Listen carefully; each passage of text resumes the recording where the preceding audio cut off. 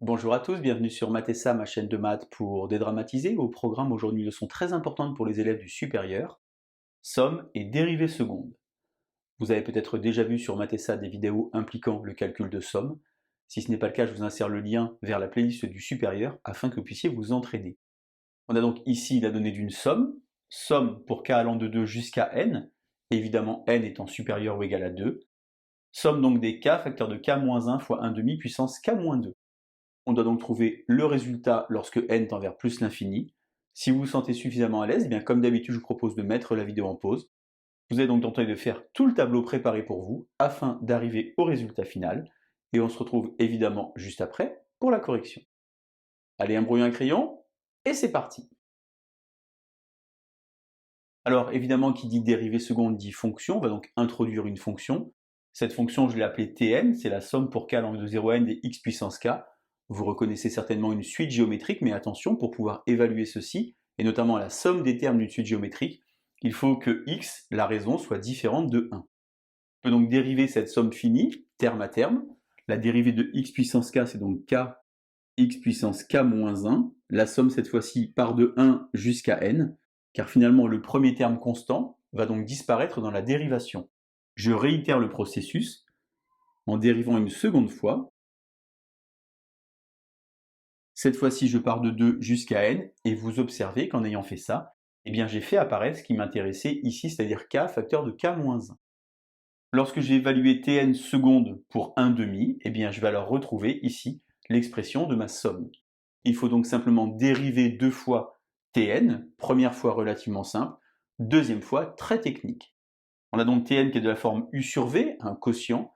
Je vous insère évidemment le lien vers la vidéo de la classe de première spécialité qui traite de la dérivée d'un quotient avec la mise en place de la fameuse routine.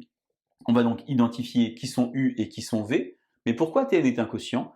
Eh bien simplement car en première spécialité, on a vu la formule de la somme des termes d'une suite géométrique, c'est 1 moins x puissance n plus 1 sur 1 moins x. Je vais donc pouvoir maintenant utiliser ma formule en écrivant ici 1 moins x puissance n plus 1 et ici 1 moins x. Je dérive ici moins 1. Attention ici à mettre une parenthèse. Et donc je suis prêt à mettre en place ma fameuse routine. Comme ceci, en commençant d'abord par écrire 1 moins x au carré au dénominateur, et en multipliant.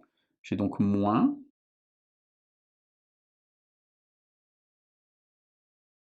fois moins, ça fait plus, comme ceci. Alors ici, j'ai x puissance n fois x, ça fait donc x puissance n plus 1. Là, je vais l'avoir moins fois moins plus, donc n plus 1, x puissance n plus 1, moins x puissance n plus 1. Ça fait donc n, x puissance n plus 1. J'ai ici moins n plus 1, x puissance n, et enfin plus 1. Cette formule de dérivée, évidemment valable pour tout x différent de 1, pour ne pas avoir un 0 au dénominateur, va donc devoir être dérivée une deuxième fois, c'est donc le principe de la dérivée seconde, et là, ça va être un petit peu plus compliqué. On va y aller en douceur, d'abord on va dire que ça c'est u sur v de nouveau, pas les mêmes que tout à l'heure, mais on conserve les mêmes lettres pour la formule. On a donc ici 1 moins x au carré, il faut donc dériver une fonction composée, ça fait donc moins 2 facteur de 1 moins x. Vous devez savoir dériver une fonction composée, si ce n'est pas le cas. Je vous insère le lien vers la vidéo de terminale spécialité pour dériver une fonction composée. Attention ici à bien réécrire votre u, c'est donc n x exposant n plus 1 moins n plus 1 x exposant n plus 1. Alors il faut dériver donc ce morceau. Lorsque je vais dériver x puissance n plus 1, eh bien un n plus 1 va venir devant, et lorsque je vais dériver x puissance n, un n va venir devant. Finalement, je peux mettre n, facteur de n plus 1 en facteur, et là je vais avoir x puissance n et ici x puissance n moins 1.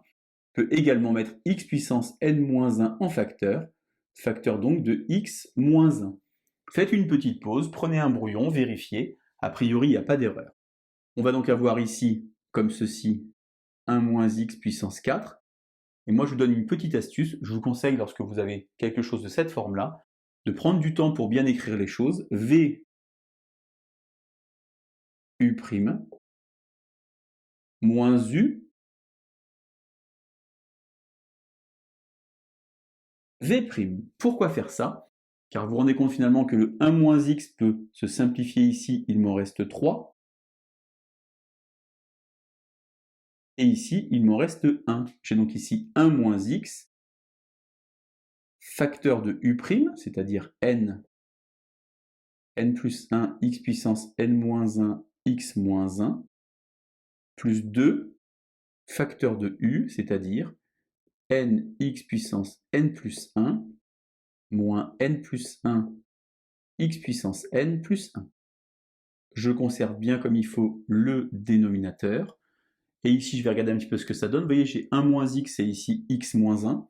Si je mets un petit moins en facteur, eh bien, je vais avoir moins, par exemple, 1 moins x au carré, n plus 1 x exposant n moins 1, plus 2n x exposant n plus 1, moins 2 facteur de n plus 1 x exposant n plus 2. Alors moi, ce que je veux, c'est évaluer ici tn secondes en 1/2. Ça veut dire finalement que je ne vais pas faire tous les calculs. Je vais utiliser une notion très importante de la classe de terminale spécialité qui s'appelle les croissances comparées. Car lorsque je calcule ceci, eh bien 1/2 exposant n, c'est comme s'il y avait e de n de ln de 1/2. Et finalement, eh bien c'est l'exponentielle qui gagne. Ceci va tirer vers 0 lorsque n tend vers l'infini. Quelle que soit la valeur de alpha positif, la limite vaut donc 0.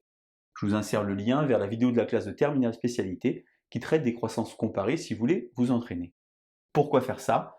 Car lorsque je vais remplacer ici par 1/2, eh bien ici, ce facteur va faire 0, puisque je vais avoir 1/2 puissance quelque chose fois un n puissance alpha. Ici 0, il me reste alors 2, et en bas 1 moins 1/2 au cube. 1 moins 1/2, ça fait donc 1/2, 1/2 au cube, ça fait 1/8. 2 divisé par 1/8, par passage à la limite, cette somme vaut donc 16.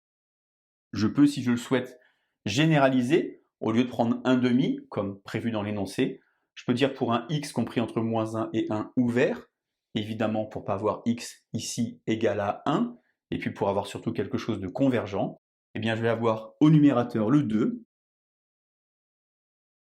et au dénominateur 1 moins x au cube. Voilà donc somme et dérivée seconde très technique pour tous les élèves de MPSI ou bien de ECG. Je vous laisse vous entraîner et je vous dis à bientôt sur Mathessin. Bonne journée.